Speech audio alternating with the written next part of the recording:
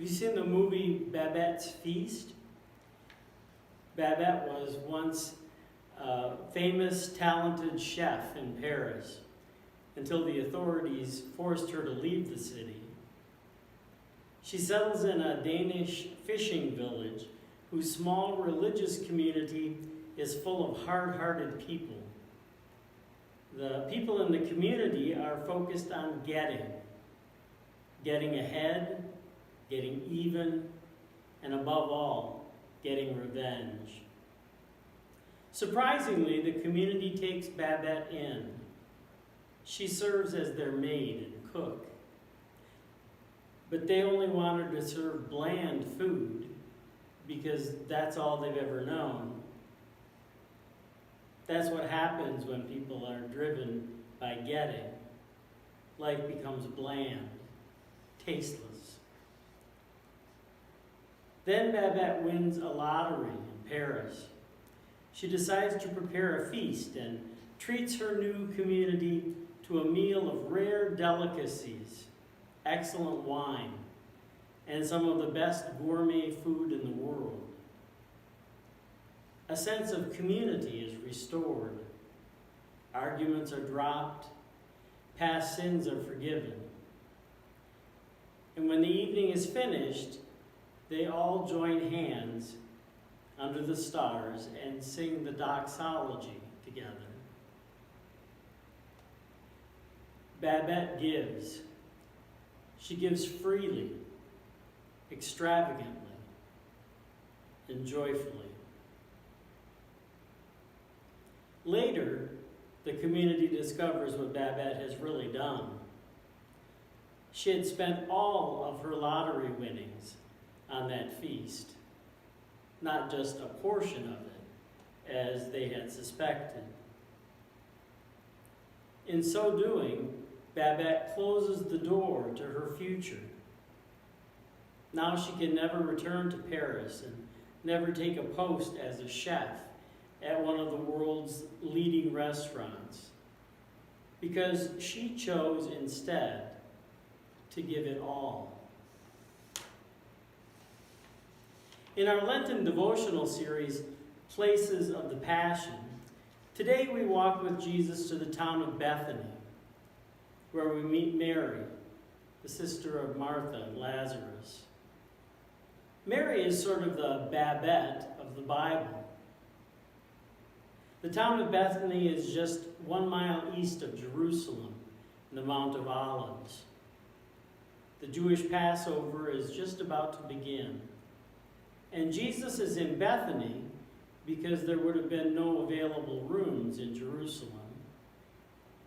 At that time, the population of Jerusalem was around 30,000 people.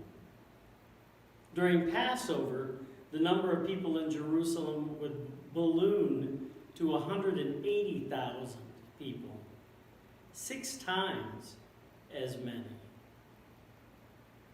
So Jesus chose to stay in Bethany, on the outskirts of Jerusalem, during Passover week.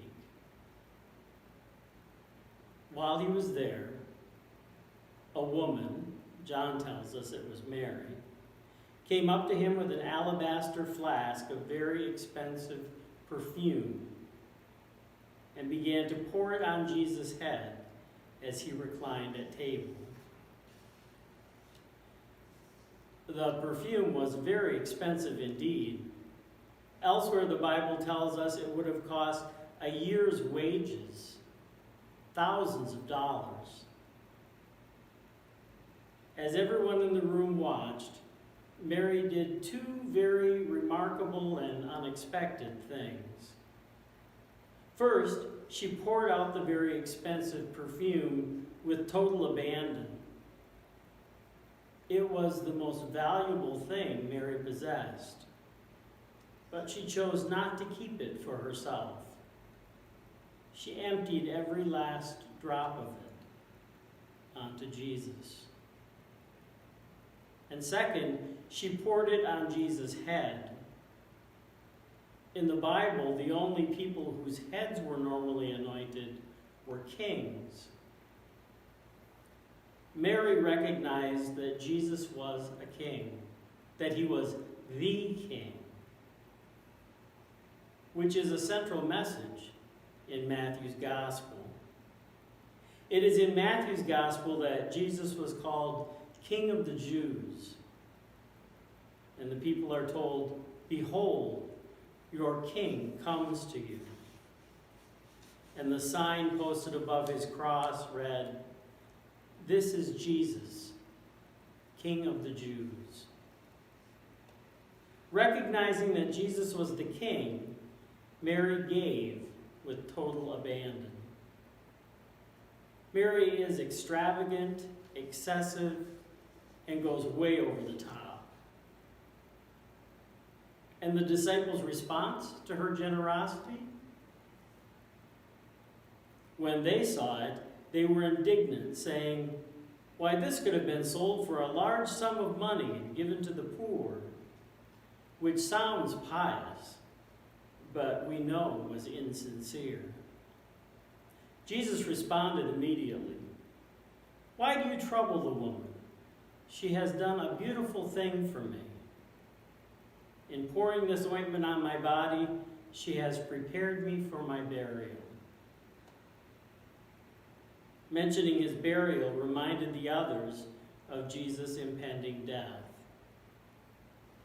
Jesus would go to the cross betrayed by Judas, denied by Peter, beaten by soldiers, sentenced by Pilate, mocked by the crowds, feeling abandoned by all.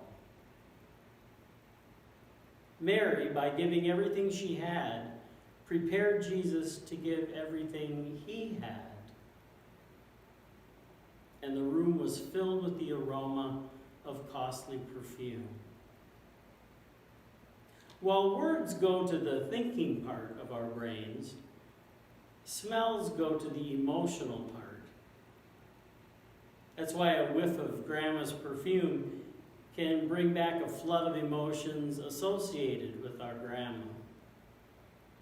Smells can stir in us some very powerful emotions. That was also true of Jesus. Hopefully, the aroma of Mary's expensive perfume lingered with Jesus throughout Holy Week as he made his way toward the cross, determined to give himself completely for the salvation of others.